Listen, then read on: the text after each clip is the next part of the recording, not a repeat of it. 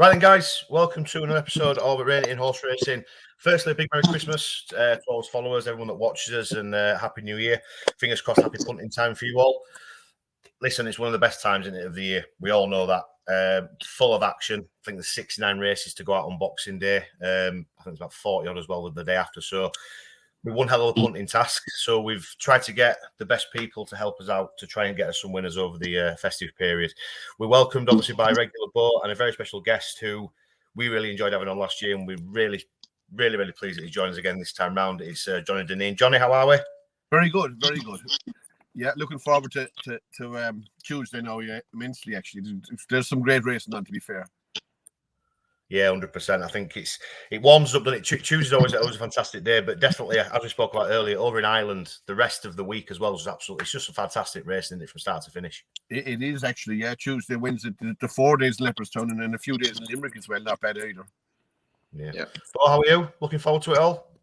Very good. Yeah, I'm looking forward to Boxing Day. Almost too much racing, but by the end of it, I think I'll might need a bit of a break from betting. But hopefully not, sorry. Never too much racing, but never too much racing. Well, listen, we've got plenty to get through. So we're going to look over Boxing Day and Wednesday's racing. So we'll get straight into it. I think there's only one place to start, which is the King George. A bit more of a smaller field than probably what we're used to in the past. I think first and foremost, I know what you guys think. This is probably the year where every single horse at the front end of the market's probably got a slight question mark next to it.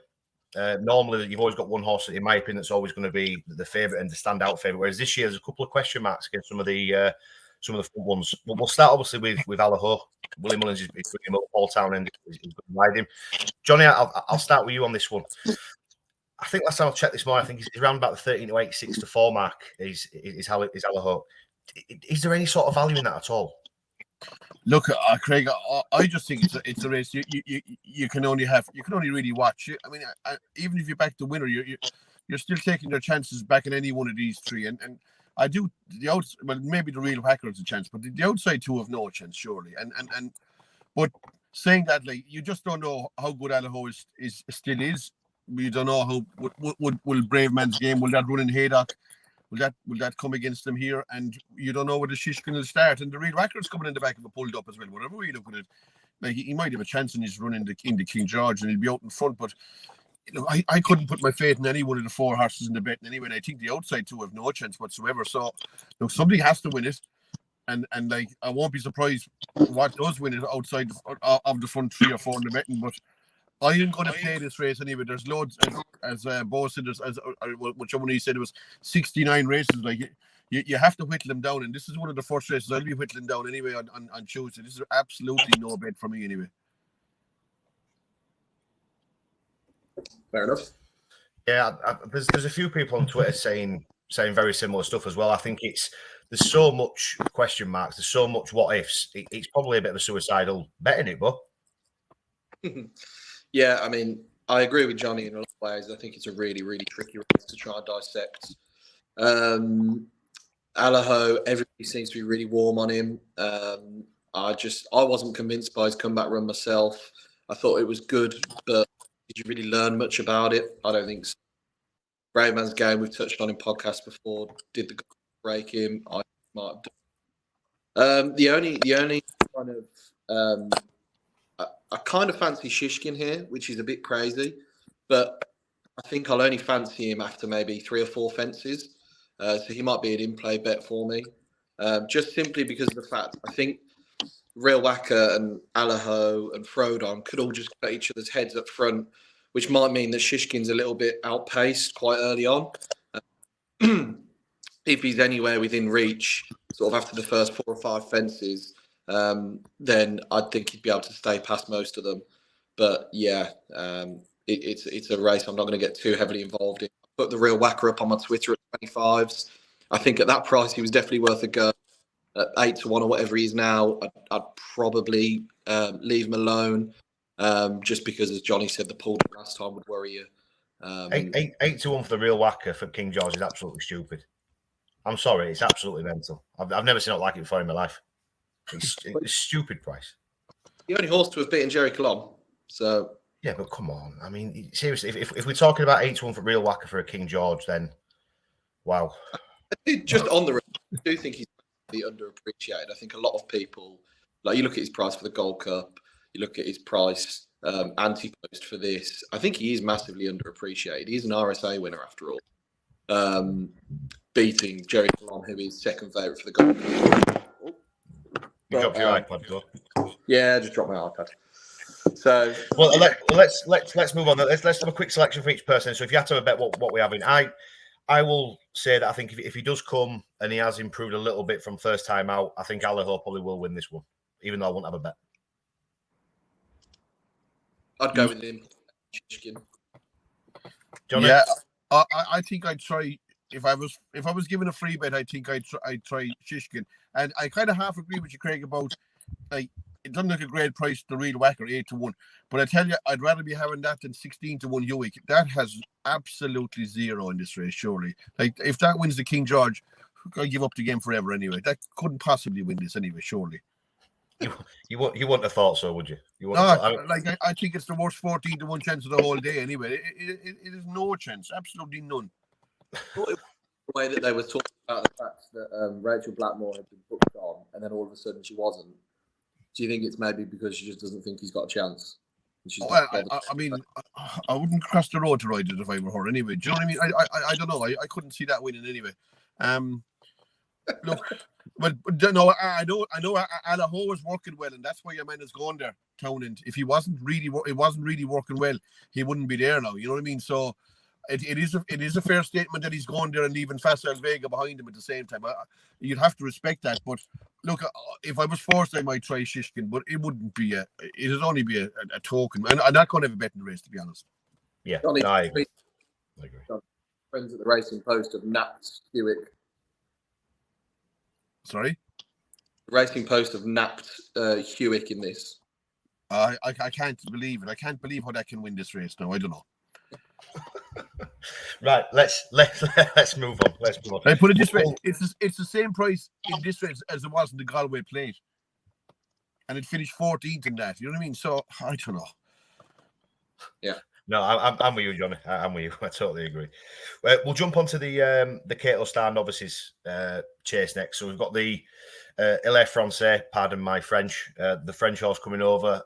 Hermes Alan's in there, Giovinco, and I think we can just cross out the next three in this race. It's going to be a 3-horse race, 100%. The French horse is interesting.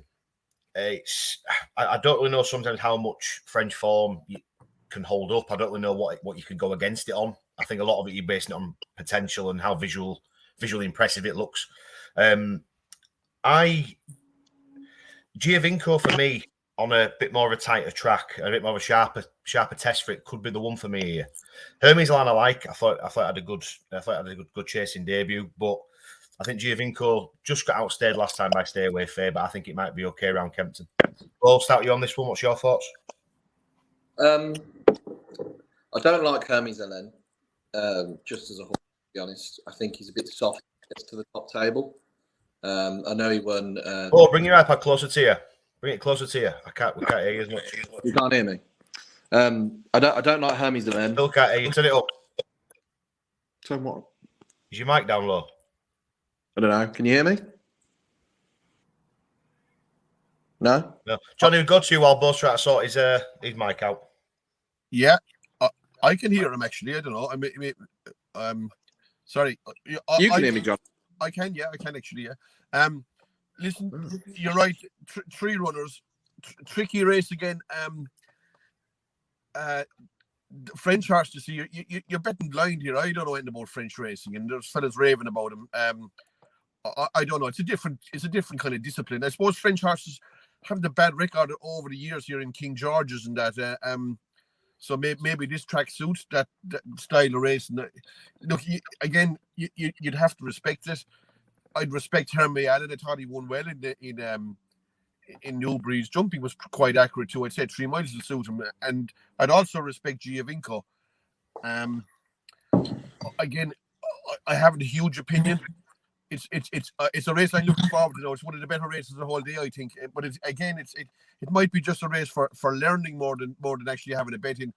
Giovinco, I don't understand what they're doing with Giovinco hanging on to it all day. I just think why, like, it made the running twice over hurdles, and what is this like fascination with producing it at the last? This rubbish about like that, as if he doesn't stay 3 miles. He's already won 3 miles over hurdles. So when he stays 3 miles, and he was even closing it slightly on stay away if they going to the line again in Sandown. I don't get that he doesn't get that he has to be held on to all day, and like his jumping is magnificent. And I think you need London is a place where you can win races by jumping.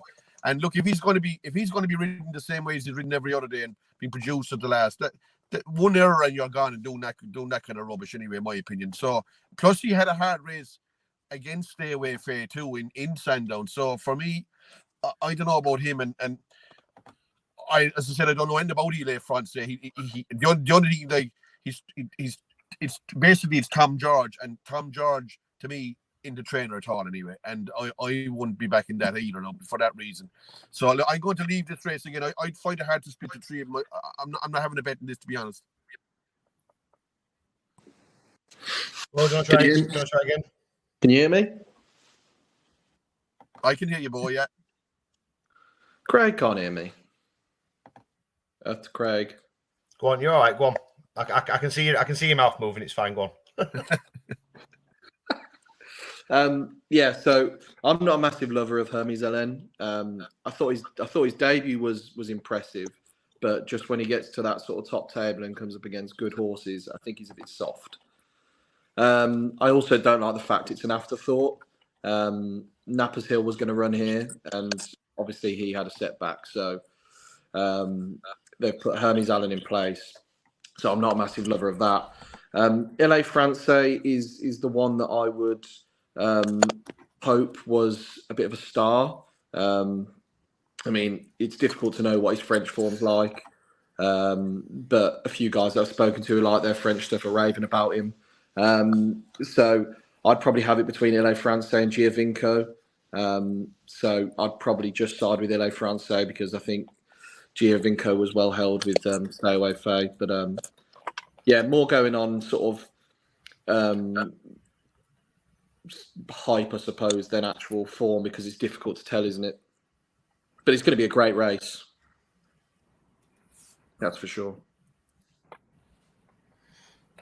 I'm just sorting out my mic because I can hardly hear you. So what I'm going to do is I'm just going to enter. Right. Try speaking again, Bo. Hello? Right. Hello, okay. Hello. You can hear me? I can now, yeah. I've just put it on my phone, that's all. That's fine. So, yeah, I was trying to lip read you what you were saying. I think I got the gist of what everyone was trying to get at anyway. But I think that could either of you actually back the French horse with any sort of confidence? Not with massive confidence, no. But I'd have it between LA France and Giovinco, so I wouldn't have it. I wouldn't have Hermes Allen. Yeah, I just think it's always, how can I put it? The French sort of juveniles that come over, obviously they seem to run okay when they're getting in with some trainers, but when the French horses come over, they either seem to flop or are very good. It's like the horse that's the almost a favourite for the stayers. What's it called? Is it Thelm or Thelme? Thelem, yeah. Call it. Thelem. I mean, again, I don't know anybody can back out with any confidence. I mean, this LA France, the form has got no substance at all. This LA France was sent off favourite against Thelem. He didn't run much of a race, but he was sent off. Like if you don't know anything about French racing, like if you don't follow it like religiously, you're completely betting blind here. Then you know what I mean. You're actually betting something that you know nothing about. Isn't it? I think you are. You could back the winner, but like for me, if I backed it in and it ran bad, I'd be kicking myself. You know. Yeah. That's like what I'm saying, Johnny. I think there's a lot of people that'll be backing the favourite because it's the favourite. Yeah, not because they know what it's about. Yeah, exactly. Yeah, look, it can win. I don't know enough about it to say it can win or it can't win. So for that reason, I was going to leave this one alone, but this is one of the best races of the whole day, I think, anyway, myself. Yeah, I agree. It will be a very, very good race. We'll just very quickly touch on Christmas Hurdle. I don't want to dwell on it because it's obviously Constitution Hill. How far is it going to win by, I suppose, is the easiest question. Yeah, I would have said probably under in the distance myself, whatever that's going to be. Yeah. That's interesting. Well, I know your man got a rollicking for kicking on in John Bon in Cheltenham, the Bonville. Now I know it's different connections, but I wouldn't be surprised if he carried it through to other people's horses as well. You know. Yeah. Well, you agree with us? It's just a matter of just how far. Yeah, I'd say so. I do like that Ruban though, Rubo, whatever his name is. I think he's a fair horse, so I think it's some sort of attempt at least. But yeah, he should probably swat him aside easy enough. But I'd be with Johnny. I don't think it's gonna be like over 10 lengths or anything like that. I think possibly Rubo gets a bit closer than everyone thinks. Yeah. But he's going to have something point out here. Like Rubo will be probably taking him down to at least the second last anyway, and he can stay behind him as long as he likes, you know. Yeah. Well, do you know what horse beat Rubo? Oh yeah, your friend. What's he called? Rare Edition. That's the one. That's the one. Right, we'll jump over to Leopardstown. I mean, this is stacked with potential superstars. I think is probably the right phrase on Boxing Day. We'll start with the 12:35, which is the maiden hurdle. Couple horses in here, I think, of real interest. Mirzar West is back out with Mark Walsh on board. You've got King of Kingsfields, which finished a good second in the Royal Bond, and then you've also got James Gate that's returning as well. I would imagine it'll be between these three. We'll start off with Mirzar West. Quite well fancied, obviously, for the festivals and things like that. Johnny, I'll start with you with this one. How impressed were you with his debut, the bumper that he won? And where do you think he's going to stack up this season? We haven't really seen many of Willie's bolts yet, have we? To be fair, he looked a really, really high class horse in this to me. Like you'd rarely see horses win bumpers with their head in their chest at a track like that. And like King of Kingsfield is a real dodge. Like put it this way, I was hoping that he'd run in the maiden hurdle over Christmas, King of Kingsfield, and I wanted to oppose him. And you couldn't have asked for a better horse to run against him than Mirzar West. Look, I suppose James's Gate on bumper form, but the fact that he's gone from Mullins, usually when horses go from Mullins, they don't go forward anyway. You know what I mean? And to me, Mirzar West looked a special horse and Nace, and I think King Kingsfield is very vulnerable in any kind of company. So, and he will Mirzar West will be favourite, no question doubt about it. But the other yoke will take up a fair share of the market. King Kingsfield, he won't be much bigger than 2-1, maybe even less. So, I actually thought Mirzar West was one of the bets of the whole day anyway, in around even money. I consider him a good thing anyway to beat King of Kingsfield. Bo? Yeah, I don't have much disagreement with that. I'm really looking forward to seeing Mirzar West. He's been a horse that I've been looking forward to seeing for a while. I think it's exciting that we're seeing these Willie's novices coming out now. It's that sort of time of year. I'm really interested to see how James's Gate goes. He was a horse I was really looking forward to seeing before he was injured. So I'm really looking forward to seeing how he goes. But I don't think any of them should be much bother for Mirzar. Yeah, I think we're all in the Mirzar West camp now. I think, to be fair, even though King still did run a good race last time out, but I think we are in the Mirzar West camp, and he's in that bracket of could be anything really, isn't he? Oh yeah. I mean that move for him in the Supreme is mental. Absolutely mad. One of the best races for me on Boxing Day, Johnny. I know you obviously mentioned the Kauto Novices, but I really like this juvenile hurdle, the 110 at Leopardstown. I think there's some very, very good horses in this. I think there'll be a lot of winners come out of it as well. Mighty Bandit obviously was very impressive last time out. I think did a really good time as well. So I know he's obviously very well fancied. Nürburgring, who beat Calaconte last time at Fair House. those two are back in it as well. Cargies for Willie Mullins and the connections, obviously, of Honeysuckle. This looks a really hot race. Yeah, it does, and like you just have.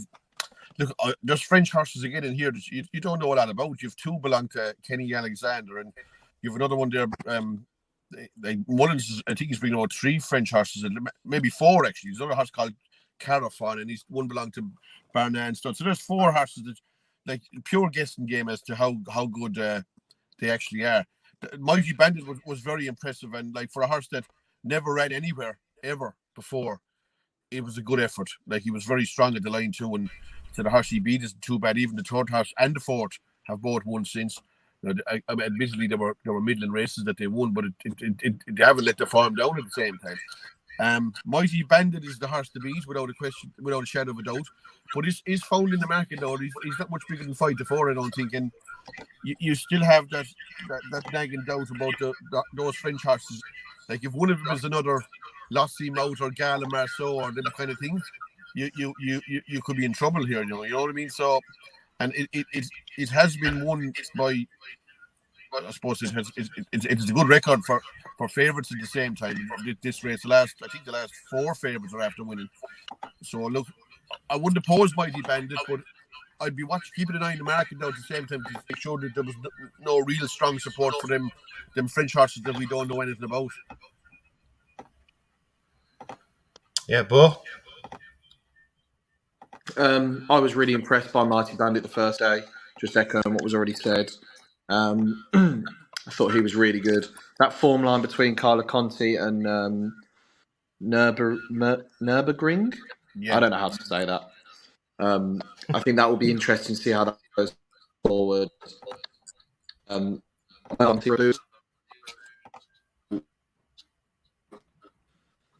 Here, maybe just sneaking into the 3rd or 4th. But yeah, these French horses.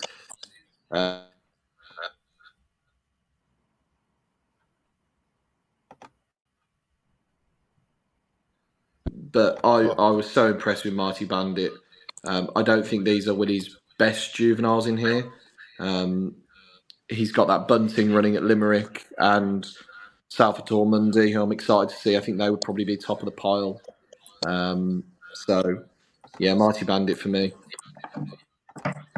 Yeah, Johnny, you a Mighty Bandit as well, and if you had to have a bet in the race? Yeah, look, Mighty Bandit is unopposable. No matter what comes alive against him, he's definitely the horse to beat. And like, put this way, I think he'll definitely beat anything that we've seen over in Ireland anyway in this race. Like, it's just, you would be just a bit worried about the ones that you know nothing about. Yeah. No, I think that's a fair comment. And so we move on to the 220. This is obviously going to revolve all around Facile Vega. I think a lot of people were impressed by him first time out, beating in the pocket, and Saint Felician. Found the 50s in here as well. My Mate Mozzie and Sharjah. I mean, it's quite a weak field that's going to be going against him, really, to be fair. I would imagine if he stands up, he wins. Is that probably a fair way to say it? Yeah, definitely. Yeah, he's like whatever play. He's very short, 1 to 3, 1 to 4. But it looks an open goal for him, really. Unless he disappoints like he did one day here last year, puts in a stinker like that, you couldn't see him getting beaten. Really, no, you couldn't. No, Johnny, just how impressed were you by his debut? Because I know there was a lot of people that were obviously impressed. There was a few that just thought it was like a little bit of it was okay. Were you impressed by the debut?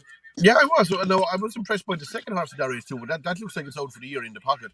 But I thought the 2 of them ran really well in that race, and I didn't think it was any gimme that, like, if in the pocket turned up here, I would have chanced in the pocket to beat him here if he had a run. But I do think, like, him, Marine Nationale maybe, and in the pocket, those 3 set a good standard at this division, and within the pocket out, it's probably going to boil down to the 2 of them now. I think he's the horse to beat for the Arkle in Cheltenham, not alone this one here. So look, he should win. I think he's still a very good horse, actually. Yeah, I think I was saying it. I don't know if it was you, Bob, if it was James. I was saying it to. I think this 2 mile novice division, 2 mile novice chase division, is absolute garbage this year. In like the actual depth of it is pretty poor. I.e., for example, if for whatever reason Marine Nationale doesn't flourish over fences for argument's sake. I mean, what price is Facile Vega going to go off for Arco? Yeah. It's going to be 1 to 4, 1 to 5 because there's absolutely, apart from seeing the pocket, obviously, which may oppose again. But the depth of this division is absolutely shocking. I mean, you could almost argue looking at these here. I mean, Founder 50, you could possibly say wants further. Shaz, you could probably possibly say wants further as well. And my mate Mozzie is probably in between. So to say that this is obviously a Grade 1 Racing Post Novice Chase, some of the horses that have won it in the past and the race cards in the past compared to this, I mean, is it just showing that this is a really poor division this year? Yeah, but you could probably see that, Craig, from the start of the season, that there was no runners in this division. Like I was looking at the likes of Facile Vega at 5 to 1 and In the Pocket at 16 to 1 because you couldn't see anything coming out from out of left field because there's nothing there to come into the to bash heads against these kind of horses. I didn't think there was anyway, and like even your fellas talking about Jello, and like that has no chance when it comes to running against these horses at the same time. Look, I think from early in the season it was quite clear that this was one race where even at like 5 to 1 or whatever, like it was a good price at the time, Facile Vega, because you couldn't see that many that were ever going to like rear their heads in this division, I thought, and that's the way it's going to turn out. I'd imagine that like if one of the bigger two horses blow out between here and Cheltenham, you'll have an odds-on chance in the Arkle in Cheltenham come March. Yeah, 100%. But we've had Altior 4 that went on and Sprinter Sacker was odds on and Simon C was, so it's not new in the modern day Arkle, is it? Like, did you have you have a raging hot favourite, did they undersaw another one? So that's about 4 odds on chances in the last 10 or 12 years in the race alone, you know? Yeah. I mean, just on this race, I was quite interested that Founder 50 is running here. He's a horse I like and I've talked about before. I don't think he's a 2-miler, so I think that's a bit strange. Do you think maybe they're looking towards a handicap with him? Because he seems to be one of these horses that's like kind of blotted his copybook a couple of times, so he might end up with a relatively low rating. I don't think his run last time behind Iron Maximus is bad at all. So yeah, I think it's interesting. Maybe they're looking towards a plate or a Grand Annual at Cheltenham, and they're just going to mess around for a bit. Yeah, but I'd say they'll be doing their best to win here because they've. I'm sure they rooted out a favourite here in this race 1 year with Clarkham. They beat a good horse 1 year here. What did Clarkham beat? I'll just check it here. I wouldn't be surprised if he beat Vatour or something like that. Did he know? I'll try and have a look as well. Yeah, he beat Vatour. Vatour was 4 to 1 on in this race, and Clarkham beat him 17 lengths. So they'll be trying to beat that favourite. Like, I wouldn't say he's a handicap project just yet. Anyway, that Founder 50. Like he'd have a big rating enough too, wouldn't he? Like with the runs he has in the Drinmore as well. I'd say they're still trying to keep him as a Grade 1 horse for the time being, anyway. Yeah. Just try to find out that horse for you, Johnny. Yeah, he beat Vatour. I just checked it there. Vatour was 4 to 1 on in this race, and Clarkham beat him. So I mean, you can spring a surprise, can't we? To be fair, I mean, I hope it is, to be fair, but you just can't see past him, can you? Facile Vega at all. You really can't. No, he should win. Onto the bumper. I just want to touch this very quickly. Cantico has had a bit of money coming in for it recently over the last probably 48 hours or so. John, have you heard anything, obviously, from your end about this horse? Because it seems to be a little bit of I won't say a gamble. That's probably the wrong word to use, but there's some money coming for it for the champion bumper. Look, the only thing a fella told me was, no, I don't know, is this the horse, but it probably is. But I was on about to a fella and he told me that Mullins' best bumper horse is by Diamond Boy, and this horse is by Diamond Boy. So I'm guessing it's the same horse. I was told Kauto was his best as well. Yeah, well, that's probably so. This guy told me, and he'd know. He said his best horse is by Diamond Boy, and like Diamond Boy isn't that prolific a sire that he could have 2 top horses. I'd imagine 2 top bumper horses. So I'm guessing this is it. So that's why it's 4-5 or whatever, even money or something. And because this is always a hot race, like this is always a good race. This bumper like can throw up some really good horses. So, like he is short. He wouldn't be for me now in a 14-runner bumper against a whole host of stables that know what they're doing at the same time. Look, maybe he'll win, but like he'll be one I'll be watching. But I'd say they do think he'll win all the same. Yeah, I mean, I think Willie likes the Christmas bumpers. So I think the both of them got in there, Joystick and Cantico. I think will both be decent animals. But he is rather short for his first appearance for the yard. But yeah, I mean, if he's Willie's best, surely he's going to go win, isn't he? Well, it's going to be hard to beat anyway. But I suppose maybe sometimes horses do stuff at home they don't do it at the races. True. I suppose you could hang on to that. Yeah. And another thing I know I take notice of now. I know a lot of fellas would think it's nonsense, but I like, and I know this horse carries the colours of a Gold Cup winner, but apart from that, like their horses weren't really much good. You know what I mean? Before that, they've had a lot of horses that were very ordinary in these colours before, and okay, Galloping the Champ like won a Gold Cup for these people, but they've had a lot of duds over the years now, and I just like if it was running in somebody else's colours, to be honest, before I'd be back in it at 4-5 anyway. Yeah, I mean it's difficult to tell as well because you've got a couple of horses here that are sort of around 8-1. The Gavin Cromwell horse and the Fahey horse and the Bromhead horse who've never run before. Exactly. So, I mean, you've difficult plenty to tell. stables here that know what they're doing with horses, and like if you're coming here with a bumper horse from one of those stables, you must give yourself some sort of a chance because you know you're going to be facing into something really decent. Like, if you were no good, you wouldn't be here probably. No. Like, look at 4-5. I think like I'd leave him win away anyway myself. No matter who's talking about him anyway, I'd leave him win away. Yeah, I mean the betting on him for the champion bumper has been mad. I was just looking there. He's pretty much as short as 10-1, which is like joint favourite pretty much. Yeah. The champion bumper. I mean that is just I crazy. mean, that sounds very short. Yeah. Like he's evens to win this race probably, so he's only 9-2 after winning this bumper. Like, I mean, he'd want to win it by 25 lengths for 9-2 to be a good price anyway, wouldn't he? Like, you know what I mean? Yeah. Like if he gets beat here, he can't win the bumper in Cheltenham, surely. Anyway. Yeah. Where are we going to next, Craig?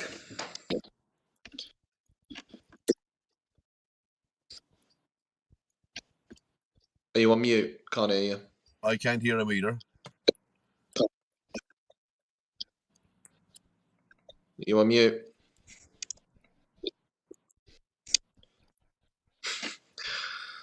Oh dear. No, nothing. See your mouth moving.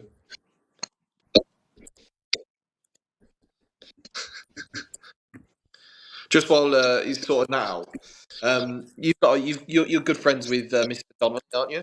Yeah, I speak to him regular enough. Yeah. What's he said about Sergina? Oh, look, all I know is that they were looking forward to him running. I'd say they expected to win now. You know what I mean? He wouldn't be really hands-on owner now. You know what I mean? But no, very far from it.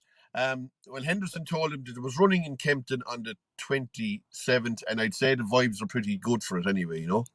Okay. Without like saying how good it was, I don't know how good it is or anything like that. But I'd say they expected to win at the same time. I think I got a bit carried away back in Cheltenham. I've ended up having quite a few bets. Yeah. So I'm hoping to see him win. Well, the horse they were first and second in the same race. He bought both of them, and yeah, I'd say they're happy with both of them anyway, by the sounds of it. We've got two of you now, Craig. Can you hear me now? Have you got me twice? Yeah, I got you. Oh, yeah. Let me remove myself from that. Can you hear me now? All right. Yeah, perfect. Yeah. We'll stay on this then just to make sure we can get through it. Jump over to the onto the Tolworth, which obviously now been run at Aintree. I was at Fairhouse when Farron Glory won the Royal Bond. I think he's got quite a good chance in this. I haven't actually seen what the prices are, but I think he's second favourite to the Nicky Henderson horse. But I'd be fairly confident on this Gordon Elliott horse. I don't know if either of you two saw the race, but he won it well. I mean, he got blocked in a little bit as well coming around the bend, and then went away. He won it well.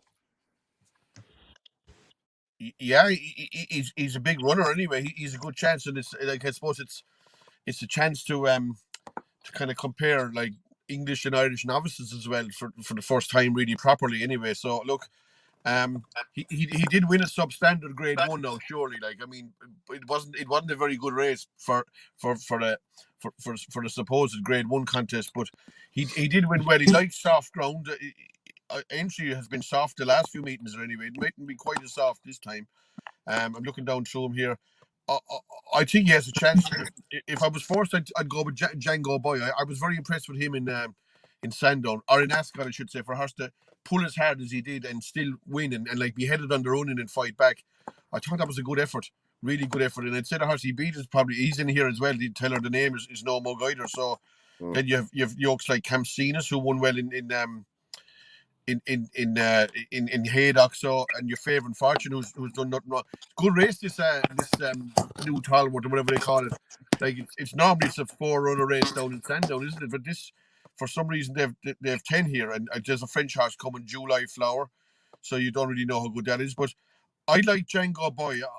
I'm going to follow him until he gets beaten now myself. I thought he put up a good show, and I'd imagine that Farn Glory is nowhere near being number 1 in Elliott's either, to be honest, you know.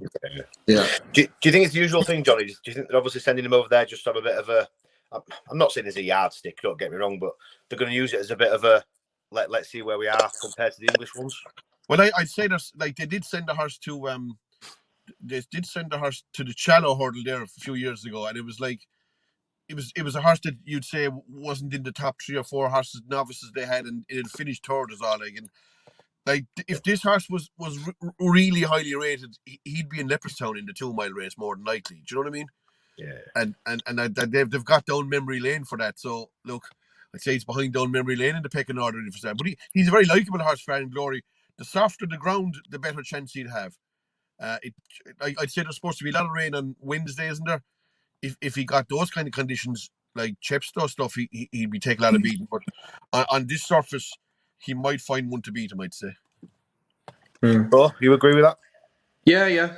I'm not a fan of the raw bomb form, and I agree with Johnny. I don't think he's anywhere near Gordon's best. I quite like Teller the name here. Just kind of taking on the favourite, Django Bay. He seems a really, really awkward character to me.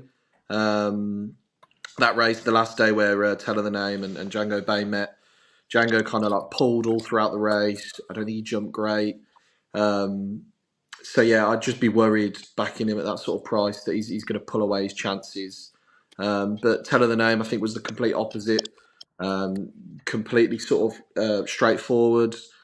Jumped really nicely, and I think possibly they'll try different tactics. I think maybe they got in front of Django Bay a bit too soon. So if they can try and just hold on to him up until the last and then go past him, I think that would be possibly a way to get past him. So yeah, I think at 11-2, I'd have Teller the name. 3 different opinions, which is always good. Thought we got the same ones. Pointless. Yeah, if we've not got the winner there. I was going to say, yeah, I think between us, we've definitely got the winner. I think between us there. So I think we should be all right. Right, let's just jump onto Wednesday. We'll start at Leopardstown. So we've got the Paddy Rewards grade 1, which I don't think anybody would begrudge Captain Guinness a grade 1, would they? I don't think in this one. I mean, Willie Mullins has put 4 in against it.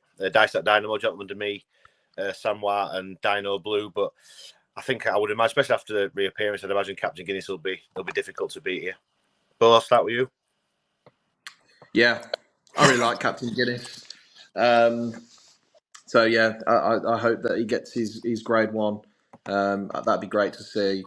I haven't really got anything else to add to the race. Dino Blue, sort of. I think this is her trip. I'm not sure she wants 2.5 myself. But she's short for the Mayor's Chase. But yeah, Captain Guinness. It'd just be great to see him get his head in front in a grade 1, and yeah, I'll be rooting for him. Johnny, do you agree with those opinions as well? Yeah, look, I thought he was very impressive in Navan. His jumping was marvelous. It really was. It really was like champion chase kind of standard. I was listening to Ruby Walsh the other night. He doesn't really fancy him. He says that the last furlong here is it catches him out a bit. And I was looking at his form in Leopardstown.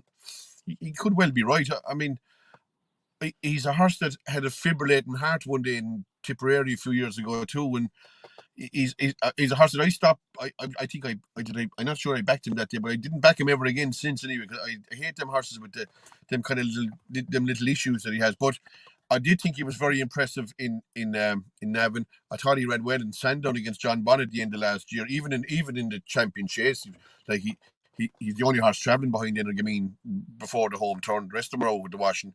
Like Dicer Dynamo is hard to fancy. Gentleman Demi is hard to fancy. Saint Roy is probably hard to fancy. Dino Blue is taking a rise in grade here, but there is she's getting £7 and it's rated £7 underneath Captain Guinness, so that kind of puts them together. So that gives her a chance, and her jumping is good too. I slightly fancy Captain Guinness, but not enough to back it. Well, that's fair enough. Yeah, no, I'm similar to you. I think the weight pull, obviously, that Dino Blue gets does definitely throw into the mix, I think. But again, last time out, Captain Guinness did absolutely jump like an absolute stag. So I think if he can bring that level of jumping to the race, I don't think the £7 pull will make a difference for Monetary. I think he'll just pull away. Yeah, look, I think if he runs the way as sweet as he did in the 4-3 at Chase and Navan, I'd say he'll probably win. But even though he's consistent, he doesn't really run the same race all the time either. Do you know what I mean? He has to be second and third in the races because only about 4 and 5 in all those races anyway. Do you know what I mean? So, but I did think he was very impressive in Navan, very impressive, and he's running he's running Sandown against he's any of his last 3 runs give him every chance to be honest. Yeah, 100%. Right, now we'll move on to the Paddy Power Future Champions Novice Hurdle, which I think is probably, in my opinion, probably the best race on the card on the Wednesday. There's a couple of horses in here which could be absolutely anything. We've got Daddy Longlegs, Down Memory Lane, Predator's Gold, Westport Cove, Colwell Potter. This is quite a deep race. It really is. Now, we've touched on it very briefly, Johnny, before, but I know that there's a lot of people extremely sweet on Down Memory Lane in terms of him being a bit of a monster in terms of just his work, how he travels, how he runs through his races. I initially had a doubt whether 2 miles was going to be his trip. I didn't know whether maybe he needed more 2.5. They seem quite convinced that he's got to turn a foot to run over 2.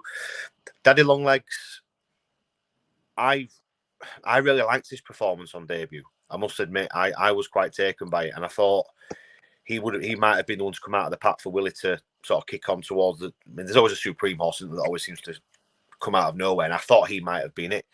And I think it'll be between these 2.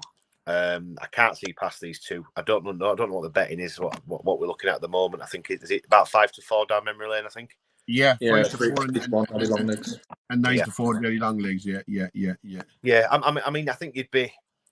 I don't think I could have a bet in the race because it wouldn't surprise me if Daddy Longlegs was to win and Down Memory Lane needed a little bit further. However, if Down Memory Lane is the horse that everyone thinks it is, then he should be winning this race. If that makes sense. I'm not trying to contradict myself in there, but I think you know what I'm saying.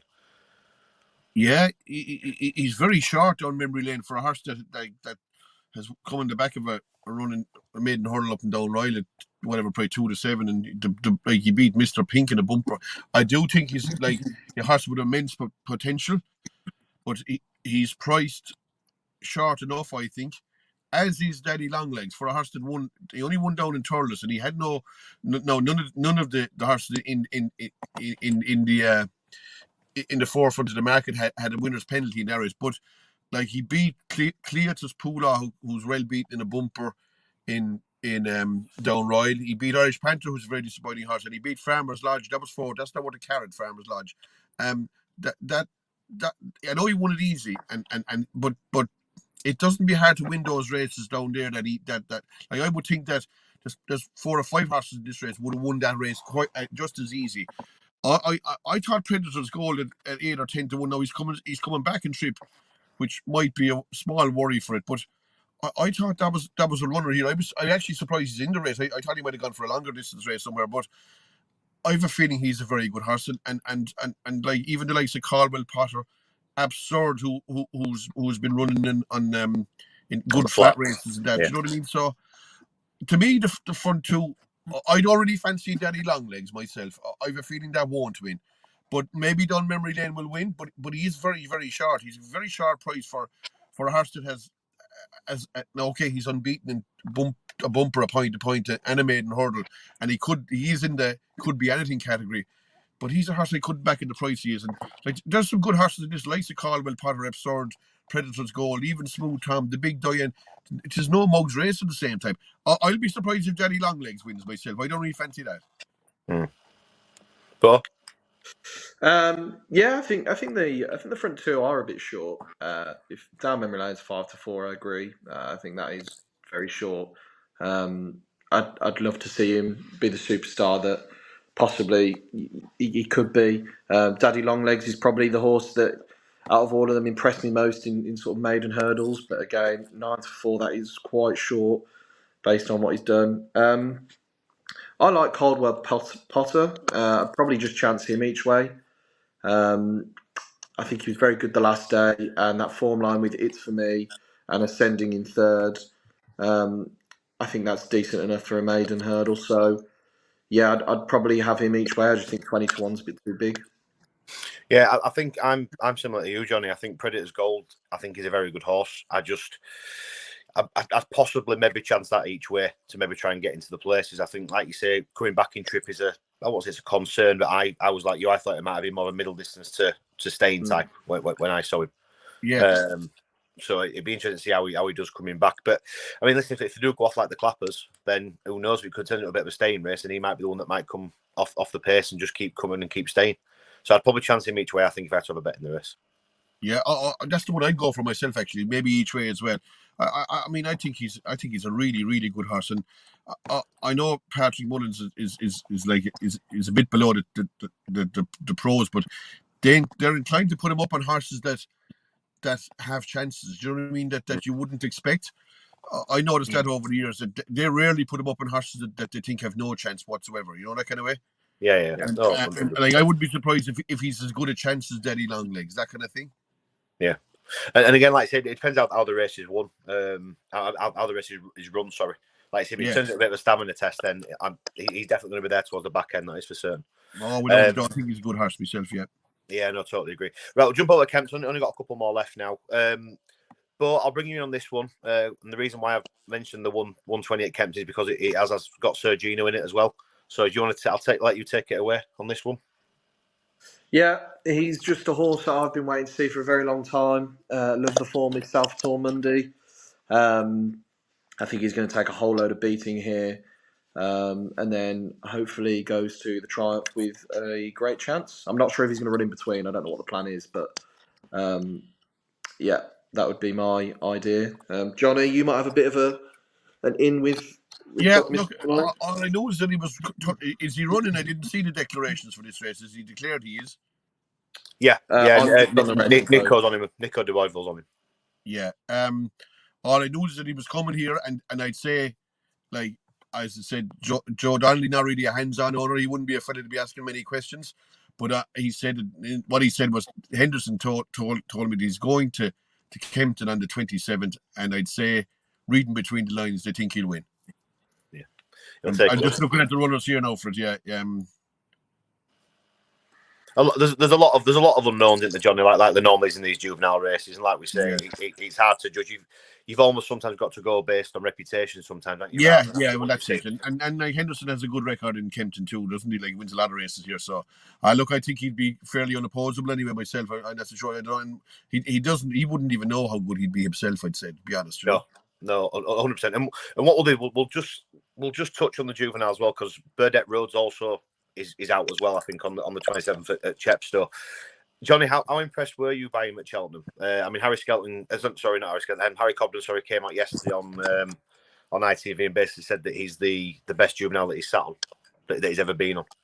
Yeah. Look, he's a very high flat rating, but his jumping isn't there yet, is it? Like, really, do you know, he's like running out through hurdles, crashing out through hurdles, and like the form of his race in the last day, he beat that horse that was on Bradon Fassa. I mean, that's 50 lengths behind what's required. Like when the Irish horses will come start producing their stuff, you know what I mean? Like on Bradon Fassa will run into probably Fred Winter, and will be any price you like in it. Do you know what I mean? Yeah. So, I mean, that kind of form needs, like, he needs to step up on that, and like he's jumping, like he's gonna run in Chepstow, and that's gonna be, if it's gonna be on, for the tells me, even if it'll be on, it'll be a Paddy field, won't it? Yeah. Yeah, they're expecting like 30 mils of rain. That's Yeah. never a really great race now. Like, he should win that, all right, but he has stiffer tasks to come yet. I would like what kind of juveniles has Harry Cobden ridden? He only rides them for Nichols, who hasn't had a winner of the Triumph Hurdle in. When was the last time he won the Triumph Hurdle? Celestial Halo, maybe, no? Yeah, quite possibly. Quite possibly. Like Mon Moral was one of the better 4-year-olds that he was riding, like, probably. You know what I mean?